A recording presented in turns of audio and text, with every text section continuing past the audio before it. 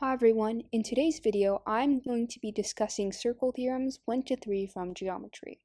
Please keep in mind that the theorems I am referring to throughout this video have not been provided a name, so feel free to name them whatever you'd like. I'm going to be talking about the theorems that you have covered in class, and they can be found on the circle theorem summary sheet. There are around 18 theorems, so this is just part 1 of many more videos to come.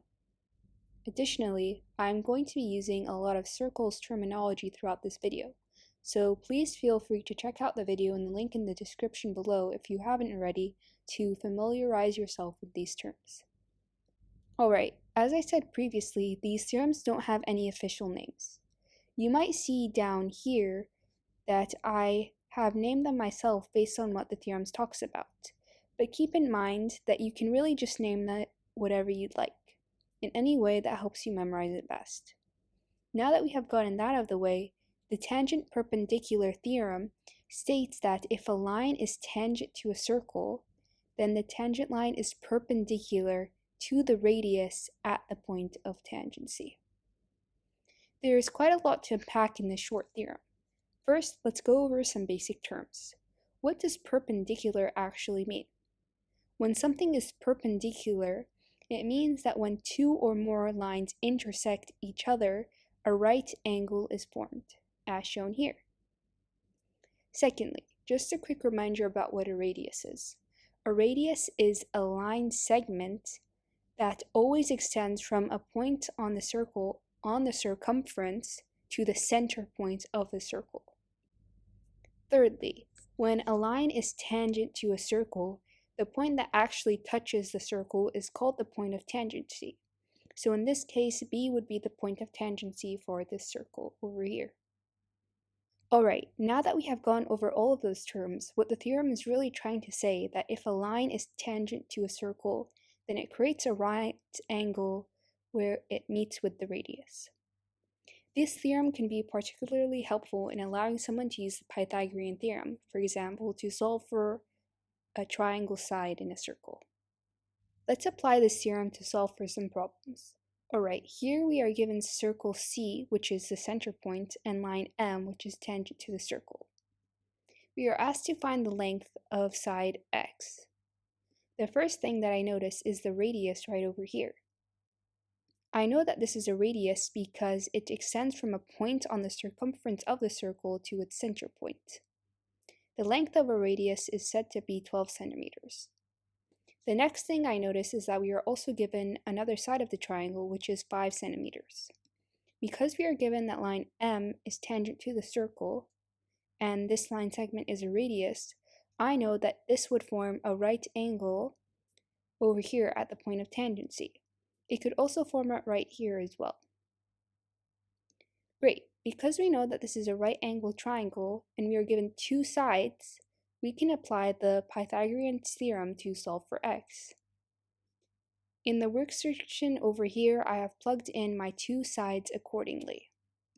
5 squared is 25 and 12 squared is 144. When we add those up, we get 169. In order to get rid of the squared on the x variable, I will square root both sides. When doing so, I get that x is equal to 13 centimeters. Alright, here is the second problem that we will solve. We are given that point A is the center. Side AC is 6 centimeters and side CB is 3 centimeters. I can also see that side AB is 3 square root 5 centimeters. For this problem, we are asked if line F is tangent to circle A. Well, the first thing I notice is that side AC is radius because its point extends from a point on the circumference of the circle to the center point. I also know that with the tangent perpendicular theorem, a right angle would be formed right here at the point of tangency, which would create a right angle triangle. Because of that, I would be able to use the Pythagorean theorem. So if I want to know if line F is a tangent line, then that would mean that when I use the Pythagorean theorem to solve for side AB, it would give me that side AB is 3 square root 5 centimeters. Let's see if this is correct.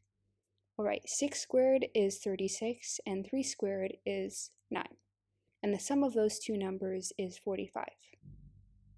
When I square root both sides to isolate my c variable, I get that c is equal to 3 square root 5 centimeters, which matches up with what I was given in the original problem.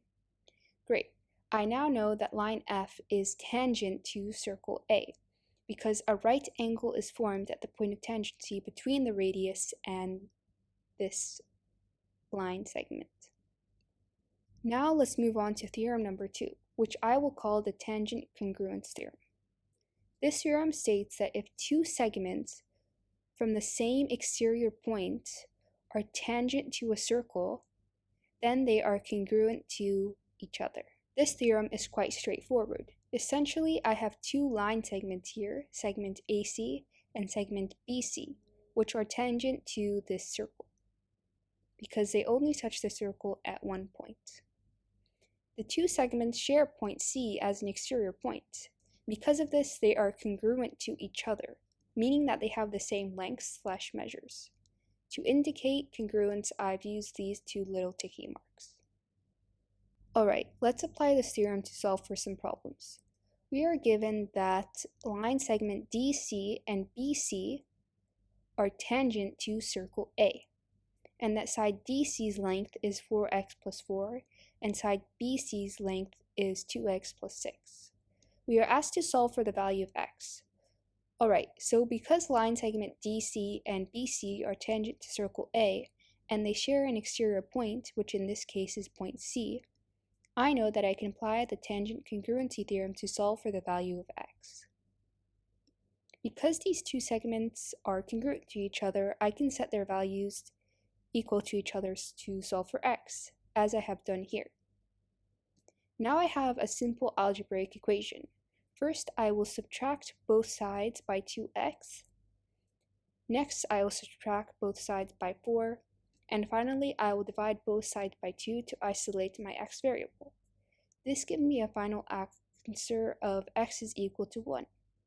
If you wanted to check if this value was correct, you could plug x back into the equation and see if it produces the same output.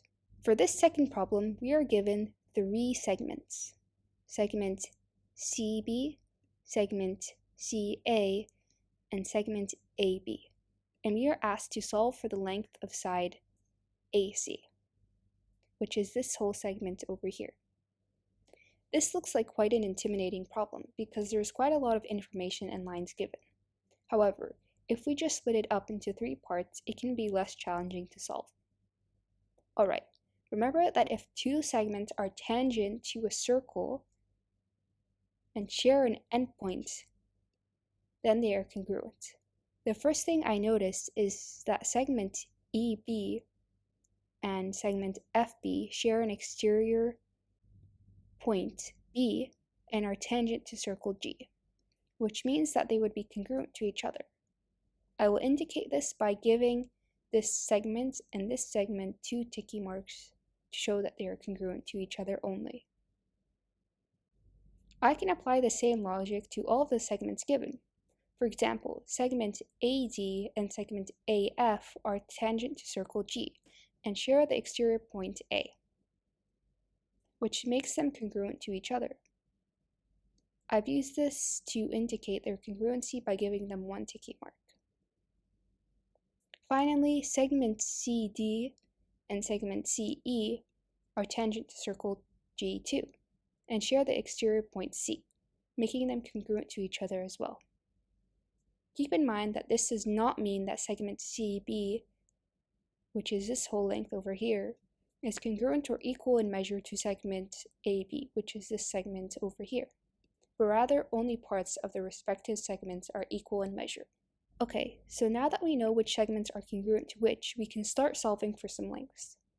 Because we are given that side CB is 24 centimeters and side CE is 10 centimeters, which is part of CB, I can set up a small equation to solve for EB. I know that CB's length is equal to the sum of segment CE and segment EB, which I've created an equation over here. When I substitute segments CE and segment CB into this equation, I get that 24 is equal to 10 plus y. If I subtract both sides by 10, I get that y, or EB, is equal to 14 centimeters. Great. With this information, I also know that segment FB is also equal to 14 centimeters because they are congruent to each other. If you notice, side AB also has a length of 34 centimeters. So I can set up a similar equation to how I solve for y for segment CB to solve for segment AF. If I subtract both sides by 14 over here, I get that AF is equal to 20 centimeters. Alright, so then I know that segment AD is also equal to 20 centimeters because it is congruent to side AF. And finally, I know that side DC is going to be 10 centimeters because it is congruent to side EC. When I add 10 to 20, I get that AC's whole length is 30 centimeters. The last theorem we will be going over today is one that I have named the minor arcs chords theorem, which states that in the same circle or in congruent circles, if two chords are congruent, then their minor arcs are also congruent. Remember that a minor arc is an arc that's measure is less than 180 degrees. For example, arc AB would be considered minor because its measure is 105 degrees, which is less than 180. So for this circle, because chords DE and chords CG are congruent to each other, then the measure of arcs CG and arcs DE are also congruent to each other in measure. Let's apply this theorem to solve for some measures/lengths. First, we are given that chords AC and BD are congruent to each other. Arc AC's length is 2x minus 17, and arc BD's length is x plus 13, as shown in the diagram.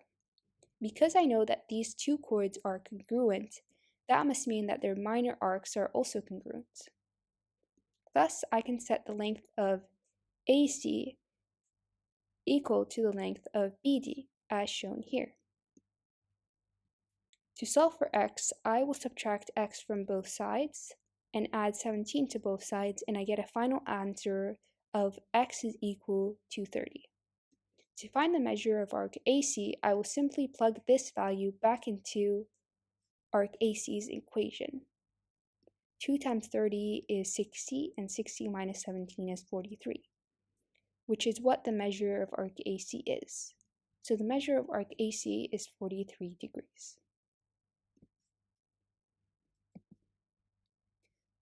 Finally, for this last problem, we are given diameter EF, that chords AF and CF are congruent to each other, and the measure of arc AE is 94 degrees. The first thing I notice is that diameter EF splits this full circle into two semicircles. Remember that one full rotation around the circle is 360 degrees, which means that one semicircle is equal to 180 degrees. Thus, I will set up an equation of 180 is equal to 94 plus x to solve for my x value. Subtracting both sides by 94, I get that x is equal to 86 degrees. Now that I know what my x value is, I notice that because my two chords are congruent, their minor arcs must also be congruent too. Thus, the measure of arc FC over here will also be 86 degrees. To find the measure of arc EC, I simply will subtract 180 from 86, and I get that the measure of arc EC is 94 degrees. That is it for today's video. I hope that this helped. I will be releasing more circle theorem videos in the upcoming days. Now I will present to you some practice problems to solve on your own.